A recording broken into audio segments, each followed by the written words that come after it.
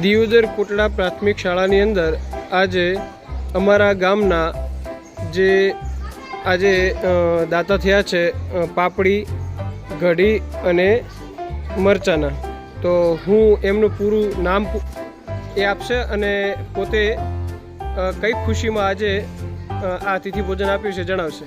બર્થડેની ખુશીમાં અશ્વિનભાઈ ભરતભાઈ પ્રતાપભાઈ ઠાકોર બર્થડેની ખુશીમાં નાસ્તો આપે છે. કોનો બર્થડે હતો? અશ્વિનભાઈનો. તમારા દીકરાનો? અમારા દીકરાનો. બરાબર. હવે આ છે એમના કાકા, એ પણ બે શબ્દો કહેશે. અશ્વિનભાઈનો બર્થડે હતો, એમાં ભરતભાઈ બર્થડે રાખે છે, ભરતભાઈ પ્રતાપ.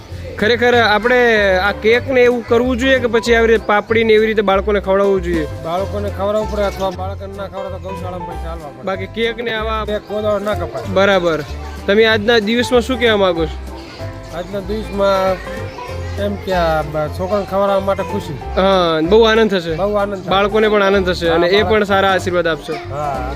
ચલો, આજે બાળકોને સરસ મજાનું આપણને એ લોકોએ પાપડીનું નાસ્તો રાખ્યો છે.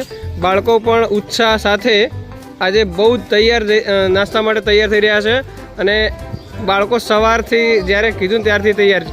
અમારા સ્ટાફના પ્રકાશભાઈ અને બાળકો પણ પીરસવામાં અહીંયા આવી ગયા છે. તો હું એમને વિનંતી કરીશ અશ્વિનભાઈના પપ્પાને અને બાળકોને કે જે આપવાનું ચાલુ કરશે.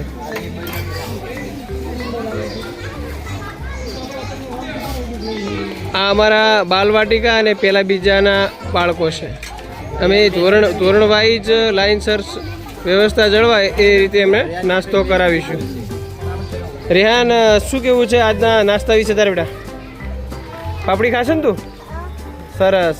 અને એમને જન્મદિવસની ખૂબ ખૂબ શુભકામના પાઠવો અશ્વિનભાઈને. બોલો happy birthday to you. Okay.